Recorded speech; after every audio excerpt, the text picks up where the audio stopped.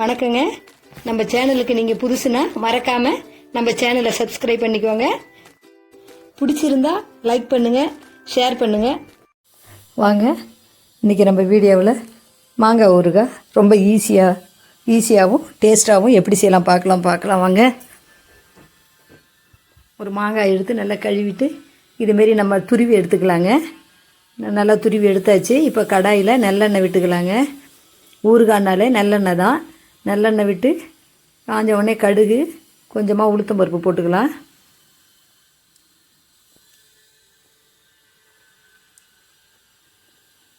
நல்லா பொரிஞ்சு வந்த உடனே கொஞ்சமாக கருவேப்பிலை போட்டுக்கலாங்க. கருவேப்பிலை போட்டுட்டு நம்ம சீவி வச்ச மாங்காயை போட்டுக்கலாங்க.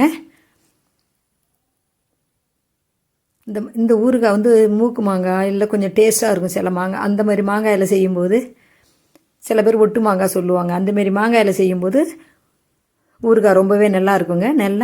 இப்போ நல்லா எண்ணெயிலே நல்லா மாங்காய் நல்லா வதங்கிடுச்சிங்க. மாங்காய்க்கு காரம் நம்ம மாங்காய் இருக்கிற அளவுக்கு காரம் கொஞ்சம் சேர்த்துக்கலாங்க. கூடவே பெருங்காய பொடி கொஞ்சமாக சேர்த்துக்கலாம், மஞ்சத்தூள் கொஞ்சமாக சேர்த்துக்கலாம். சேர்த்து நல்லா எல்லாத்தையுமே நல்லா கிளறி விட்டுட்டுங்க. தேவையான அளவுக்கு உப்பு போட்டுக்கலாங்க. மாங்காய் ஊறுகாய்க்கு கொஞ்சம் உப்பு கொஞ்சம் கூட நல்லா இருந்தால் தாங்க, அந்த புளிப்பு எடுக்கிற அளவுக்கு இருந்தால் தான் நல்லாயிருக்கும். நல்லா போட்டுட்டுங்க. நம்ம தட்டை போட்டு அடுப்பு சீரான தீயில் வச்சு வேக வைக்கலாங்க.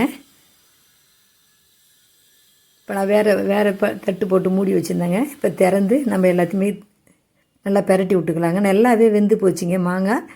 இது ஒரு 10 நிமிஷத்துலேயே நம்ம செஞ்சிடலாம். சீவி செய்யும்போது ரொம்ப ஈஸியாகவே வதங்கிடுங்க. இது வந்து 2 டேபிள் ஸ்பூன் அளவுக்கு கடுகும் 1 டேபிள் ஸ்பூன் அளவுக்கு வெந்தயமுங்க. வெறும் கடாயில் வறுத்து நான் பொடி நுணுக்கி வச்சுருந்தேங்க. ஏற்கனவே நம்ம சேனலில் பூண்டு ஊறுகாய் போட்டிருந்தேன், அப்போ நுணுக்கி வச்சுதுங்க. அதையும் இதில் போட்டுக்கலாங்க. இப்போ கொஞ்சமாக அந்த புளிப்பை எடுக்கிற அளவுக்கு கொஞ்சமாக ஒரு 1.5 டீஸ்பூனு நாட்டு சர்க்கரை போட்டுக்கலாம். வெல்லம் இருந்தாலும் போட்டுக்கலாங்க. போட்டு நல்லா கிளறி விட்டுக்கலாங்க.